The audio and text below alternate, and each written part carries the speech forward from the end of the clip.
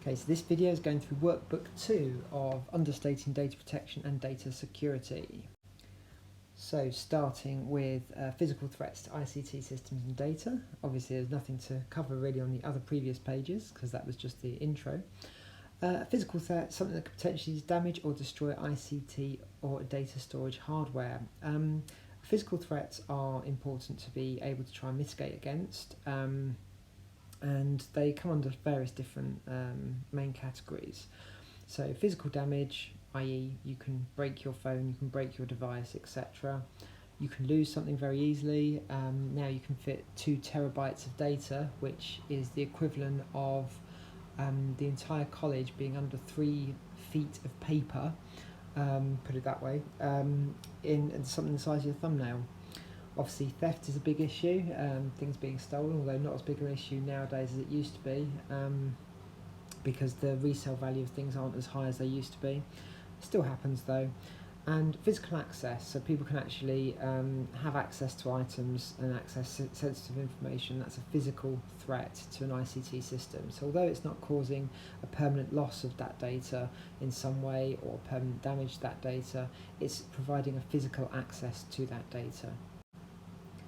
There are also software type ways of having a threat to an ICT system or data. So unauthorised use, obviously being able to hack into something. Social engineering is probably the worst one. It's the reason why we need to get rid of passwords really as our main security system beyond anything else. Social engineering is trying to scam you into giving your details in some way, and there are various methods that people can use that are legitimate looking, from text messages to emails, not just these obvious scams that say your Netflix has been finished, please send me your details please, in very very bad English, etc. There's other systems, other problems as well. Viruses, there's a slight difference between virus and malware. A virus spreads from one machine to another, and not necessarily by a person, it can spread by itself. Malware gets access to it and might send that information to a third party, such as it might send all your everything you type on a keyboard to a server somewhere in China or in Russia, and so they can steal all your information. Spyware is very similar, but again it can use things like it can actually access your webcam, for example, your microphone. It can access all the files on your computer, collect information on those sorts of areas. Okay, so there's a very similarity between viruses, malware and spyware. Denial of service attack, a DDoS attack as it's known as, so it's not called a DOS attack, it's a DDoS attack, a distributed denial of service. It's where you take a lot of computers and then you fire them at a single computer. So you fire it asking for requests for information. So if it's a website might have 100, 200 requests for information per second.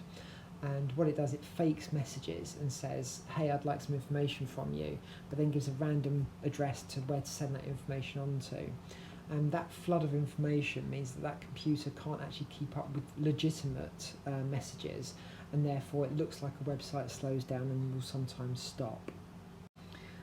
I love the WannaCry example, which was a ransomware outbreak. Ransomware is where it encrypts all your files, stops you from being able to access them, and then asks you to pay a sum of money.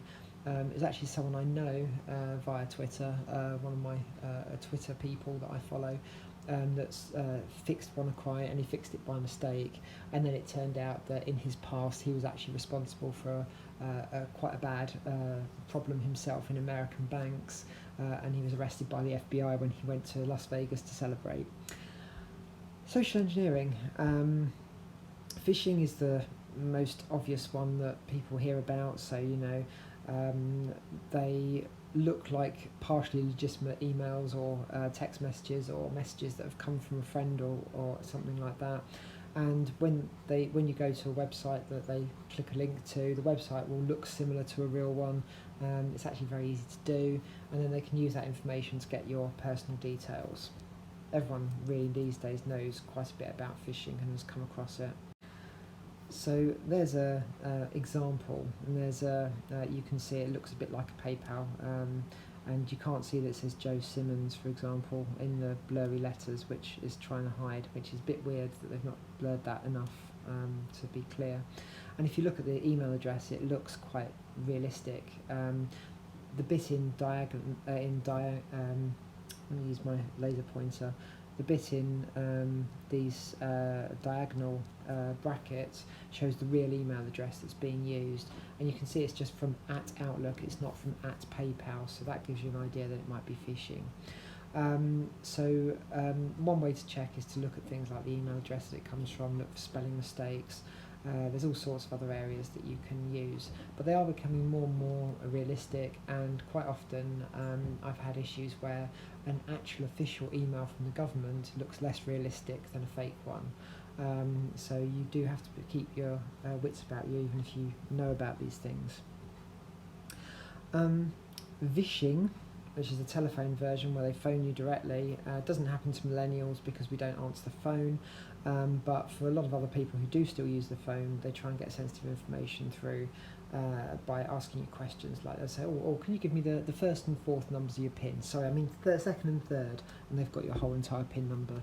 You may have seen the Barclays advert that talks about it and says, I'm from your bank. And again, I've had phone calls where they're from a legitimate company, and I've not believed that they are actually from a legitimate company, because the way that they're asking for me to give them security information just does not seem legitimate. So it's better to err on the side of caution these days than it is to just assume that someone is official or not. Obviously, this is just a voicemail message. I've had several of these as well, and quite a lot of the time you can see that it says, look at the language, they refer to you and your name, but use an actual name, that have used a proper name. Well, actually, that's not necessarily the case. It does depend on the company, whether they'll actually use your name or not. Sometimes for security reasons, they won't use your name. Generally, if you get a message from an official body, it will come through either your postal system, or there'll be some way of being able to contact them directly from their own website. So if you get something like this, to try and stop yourself from being caught out, if you like, don't use the phone number that's actually on the message that's given. Actually phone the company directly from another source that you can find. Weak passwords, we talked about passwords in the previous one. You should really have long passwords, and actually the longer the password the better. Having different characters, etc., like capital letters, numbers and things, actually isn't as important as the length of the password. That is actually the most important part. And there is actually a list of the top 10,000 passwords that comes out every year. And making sure that your password does not appear on that list is a really good plan. Okay. So, security vulnerabilities, we still use passwords as it's the most important way. We now use a bit of what we call biometrics, with things like Face ID and Touch ID on some devices. But as we do more and more working from home, we're going to have more and more sort of security built into our remote access. So things like, as you can see here, hackers can get access to a PC much easier if they've got a device that's outside of a corporate network.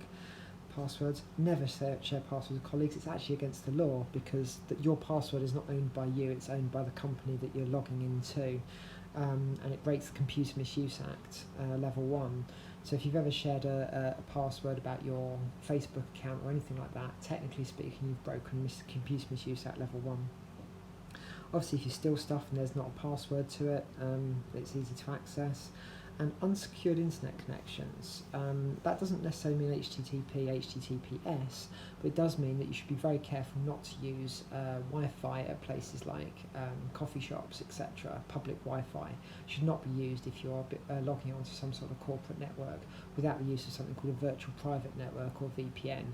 And some VPN providers are actually quite dangerous to use as well. One of the big threats, and probably the easiest threat actually, is the unauthorised removal or copying of data or code, i.e. the employee themselves taking things that they shouldn't do because they have no one keeping track of them. Any breach of security or anything that you find suspicious, you should actually log a report with for CCSS equivalents, so Computing and Communication Service Team. They might have a suspicious activity report, they might have the ability to log a report, or you might just have to email or speak to your manager. And if you think you've been directly affected, someone's stolen your password and has got access to your systems, you should notify someone immediately, because then they can start tracking and tracing using audit trails everything that might have happened by that individual once they've got access to your account. So there are many ways you can actually secure a system. So there are physical security, such as CCTV, but not so useful at home. Locking rooms, biometrics we've just discussed, so Face ID and Touch ID. Shielding screens, you can actually buy like a filter, which means that only if you look at the screen dead on will you actually see the contents of the screen. So if you're on a train or something like that, someone looking from the side can't actually see what's on your screen. There is a second version of that. LCD screens work by something called a polarizer, and if you remove the polarizer from the LCD screen and put that in a pair of glasses, anyone looking at your screen just sees bright white, but you actually see the screen through the glasses correctly.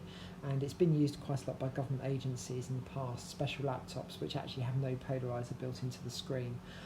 Having security staff checking like you've got IDs and things, that's important for physical access again to a particular location. Doesn't work so well in today's modern society, and it's very easy to actually get into a premises even without an ID. If you put on a high-vis jacket and carry a ladder, you can get into quite a lot of very secure buildings without too much of an issue.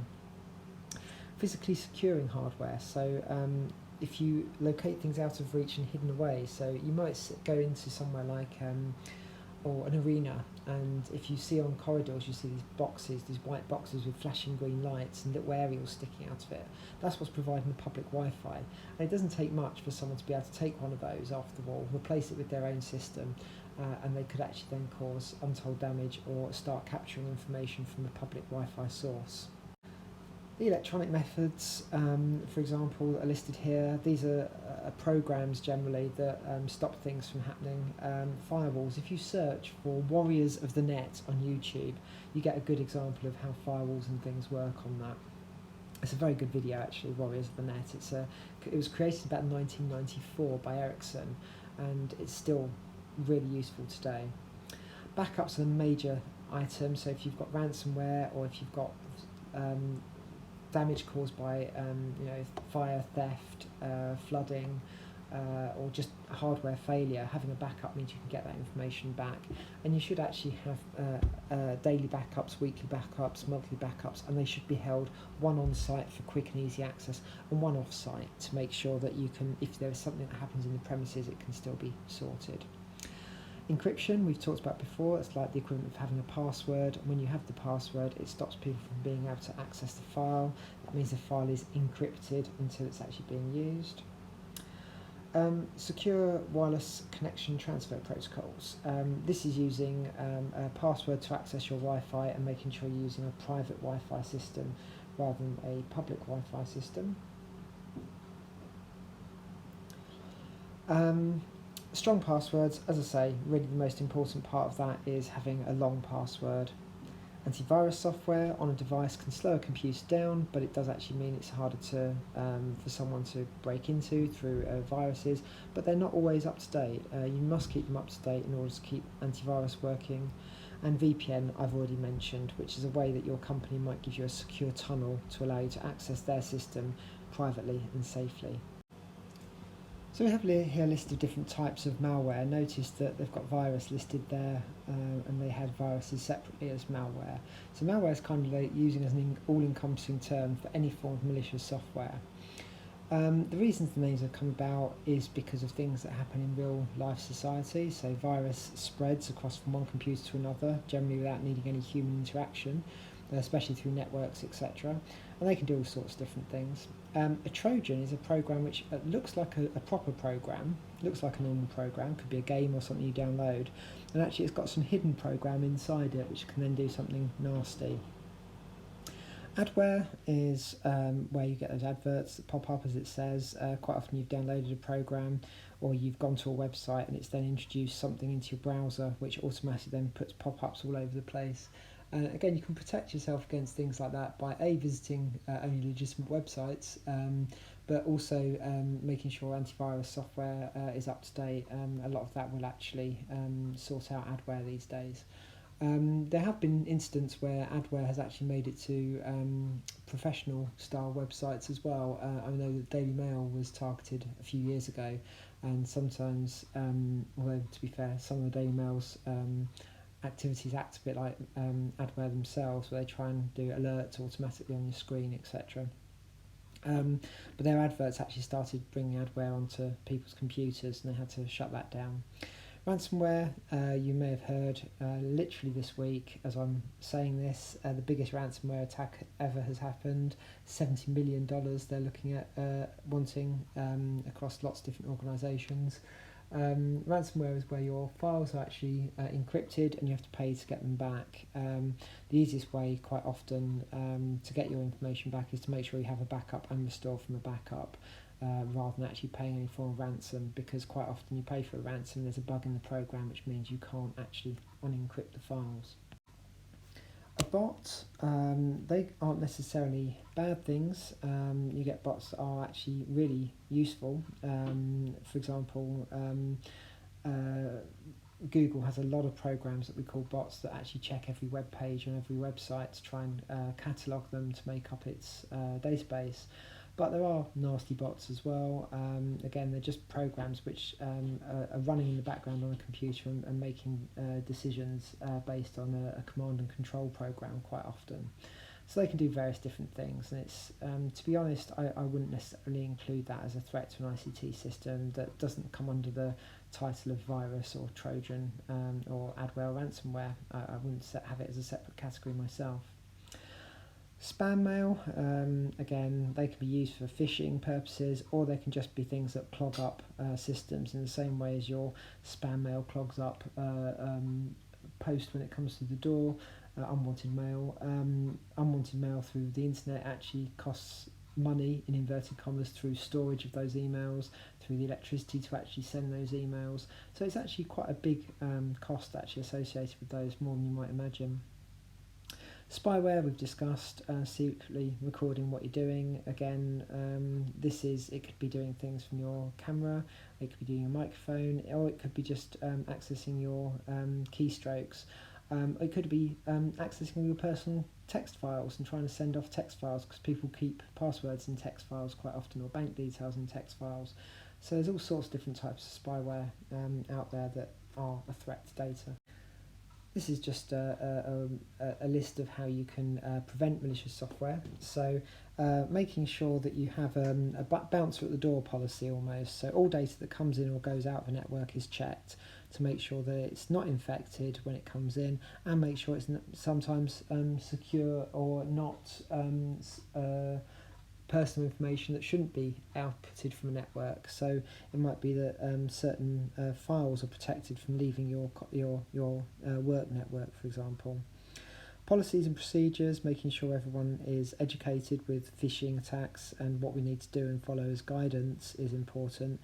And through a firewall or through some sort of protection system, you can actually stop access to certain websites that are known for having issues on them, such as porn sites, etc. Your own personal data is obviously more and more likely to be connected to an external system these days, and can easily be stolen, cloned, accessed illegally, or used without your consent. So sometimes they might use photos that you've posted online and pretend to be you. That's using without your consent. Or you may have uploaded a file, shared a file at some point, and that might be shared without your consent, etc. Anyone who can access your stuff illegally through knowing your password, through cracking your password in some way, obviously could lead to a potential threat to your own data. This is about cloning with ATMs. Actually, that's not necessarily too much of a worry. The biggest cloning issue nowadays is actually SIM card cloning, where they can access your mobile phone and clone your SIM card details, so then whenever you get a text message or a phone call come through, it comes through on their phone as well, which can be really useful for them to access two-factor authentication. It's one of the reasons why text messages shouldn't really be used for two-factor authentication. Obviously, stolen information, if you still have your mobile phone stolen, your laptop stolen, there's a lot of security now on modern day devices which allow you to remotely access those devices, so when they next connect to the internet they can have their data wiped to try and keep your data safe. It says here about ways to protect your personal data. Again, keeping things up to date is really important. If you're not using a device, it shouldn't be connected to the network or switched off, so therefore they can't be accessed by anyone. That's really if it's been hacked by a remote access device. It's not overly thing to worry about, to be honest. You should always use different passwords for different accounts, because then if they know one password they can't get all the others. You should really use a password authenticator of some description. Using two-factor authentication wherever possible is really important. That's not listed there, but is a really important one. And if you are going to have reused passwords, make sure that your password for your email address is completely different to everything else, because that is actually the most important password to keep safe, because that's how you can recover from attacks, is actually then sending recovery passwords and things to your email address. The complex password issue, I still say it doesn't really matter if it contains a mixture of letters, some numbers and symbols these days, just the longer it is the better. So I've already mentioned some of these things. Find My on Apple, and there's a Google version, can allow you to actually find things, and there's now these Apple AirTags which do the same sort of job. You can actually use these things to actually find items that that have been stolen, as long as there's battery life, etc. in some of these items. They can be used by the police to track stolen goods, rather than, you shouldn't really use them yourself to track a stolen item unless you think you've just left it somewhere. Remote wipe software is often now present, so that you can say, well, next time this device is switched on, the device will automatically wiped. Two-factor authentication, really important, I'm talking about that. Automatic account lockout. If you say type in the wrong password 3 times, it means that it gets locked out completely until there's some other method of resetting it. That's really important against brute force attacks, where someone doesn't know your password but just does lots and lots of tests and checks to try and test it and see if it can work it out. It says a secure Wi-Fi network. Making sure you use your own Wi-Fi network wherever possible is really important. Not using a public Wi-Fi network for anything that you don't want to be public, if you like. So general web browsing, that's fine, but online banking should never use a public Wi-Fi.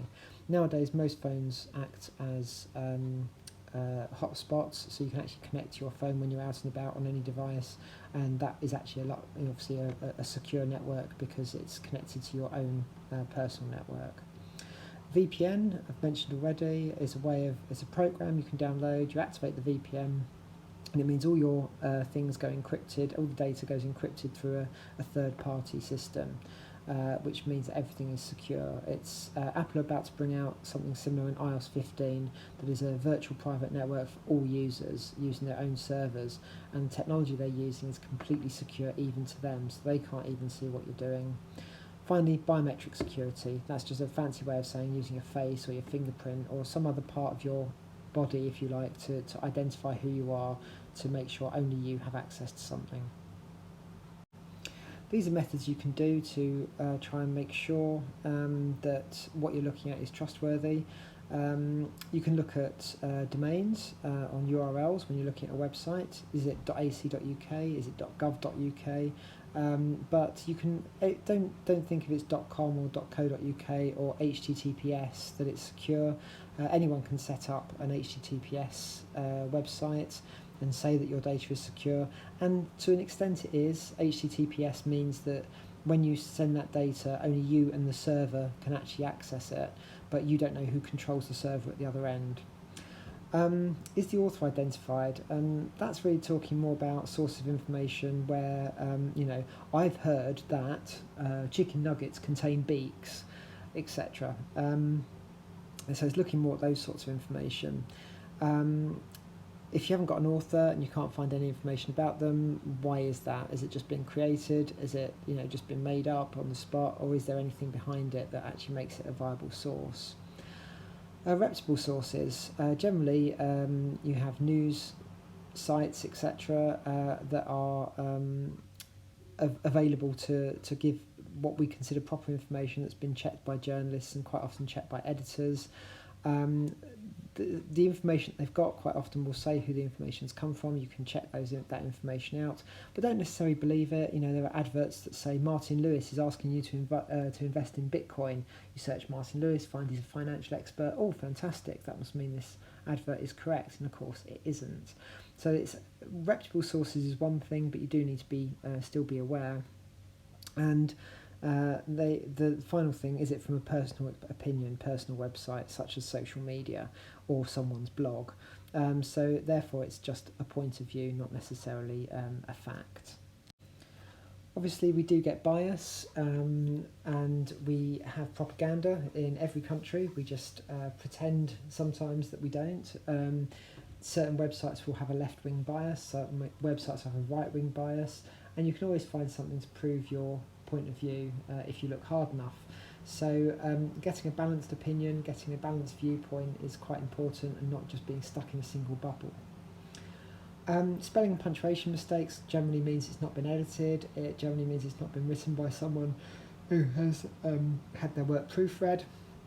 So that can sometimes obviously show that there's not valid in the information it's having. But in the same way, you shouldn't invalidate something from something having spelling and punctuation mistakes. It could be from someone whose English is a second language, and they've got just as much right to put opinion across. They just might not be able to do things in quite the same way. Information well written, so how well edited it is. Again, I could create a website which looks professionally created, well written, so it's not necessarily a guide, but it can be used just to help identify. Is the website regularly maintained? If the information's quite old, it doesn't necessarily mean it's not still current and valid. Einstein's theory, E equals mc squared, is famous. If everyone knows about energy, is the mass times the speed of light squared.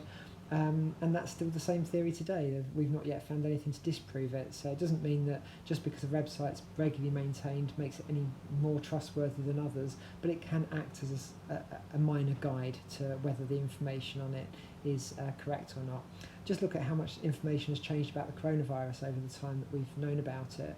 From it doesn't spread in the air, it's just spreads in droplets, through to now we know it's an airborne illness, and all those plastic glass or plexiglass screens that we put up in all sorts of different buildings are actually pointless to have, because they protect against droplets, but they don't protect at all against airborne illnesses. So having the most up-to-date and current information can be really important.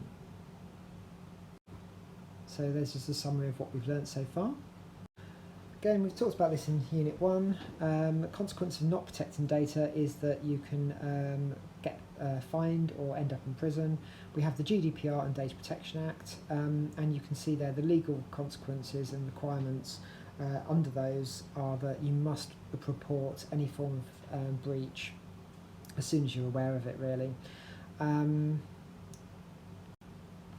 There are other items as well with reputation and financial impacts. A reputational impact because you get told, or you find out that a company's been hacked or had your passwords hacked, you're going to lose trust in them. Something that really annoys me is websites where they get their usernames and passwords hacked in some way. They don't announce it to their customer base, but you might suddenly get a thing through when you next try and log in that says, we've reset all passwords, please click here to reset your password back to your email address. And what that generally means is they've had their data stolen and they just don't want to admit it. There can be financial issues. Under GDPR, as you can see, a breach can have financial compensation, but the costs associated with dealing with breach can be high for other reasons. People can actually steal money. There's a monetary value in things like credit cards, etc. So there can actually be a financial cost as well. There's an example there where Bupa fined a whole massive £175,000, which is just a drop in the ocean to them, because of sensitive data being stolen. So consequences of not protecting data, there are major ones. Obviously, you can be prosecuted, you can be fired if you don't keep your data secure. Lawsuits can be put against you, and obviously this loss of reputation. They all sort of understand themselves, I think, explain themselves nicely. Of course, sometimes employees can share confidential business information under whistleblowing guidelines and laws. There are actually laws where sometimes sensitive information does need to be shared with relevant bodies, and in that case there are some areas of the law which can protect them. Potential impacts on individuals if data is accessed or distributed without consent. It can have some major distresses. There was a problem in a local school where a spreadsheet with all the students' medical issues was emailed to all parents to ask if these were correct and to update them. And so every parent on that school trip could see all the ailments, physical disabilities, medical disabilities or issues that every single student had that was going on that trip, which completely breached GDPR. Obviously there can be emotional impact, especially when personal data is stolen, such as photographs, videos and things from personal phones. They can then be broadcast in ways that are not appropriate, obviously. That can have a major emotional impact, as can knowing about someone's financial details. Find out someone's actually in dire amounts of debt or something along those lines. Channel 5 was recently sued. It was upheld when they did their programme Can't Pay, We'll Take It Away, and they failed to hide their identity of somebody that asked for their identity to be hidden. Subsequent repeats of the programme, they had them hidden, but the original one was still available. So they took them to court and they won that court battle. They should not have identified that person with their specific information that they said we didn't want that to be accessed.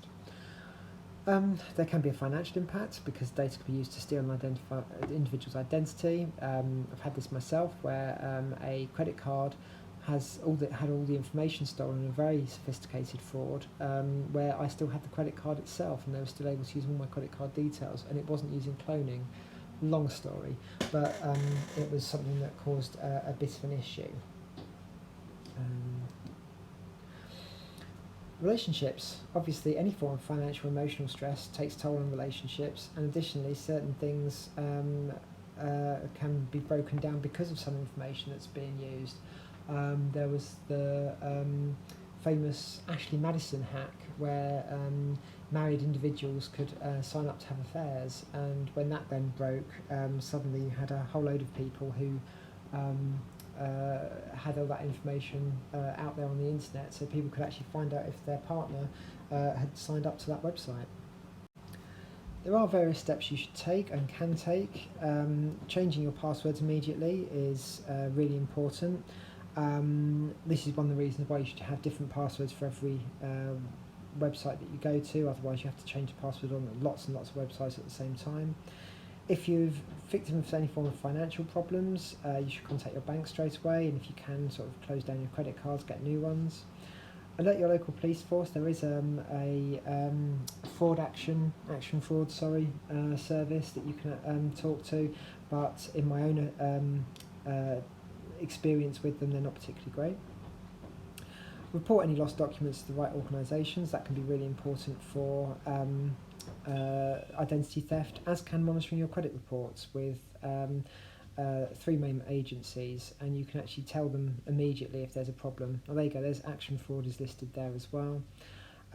If unauthorised access to your personal data has resulted in financial damage, you can claim compensation from the organisation that allowed the breach. But if it's you that somehow allowed that information to come into the hands of somebody else, i.e. through phishing or something like that, quite often you yourself are actually liable, and the bank doesn't have any necessity to refund your money. So it is something you have to be careful of and be aware of.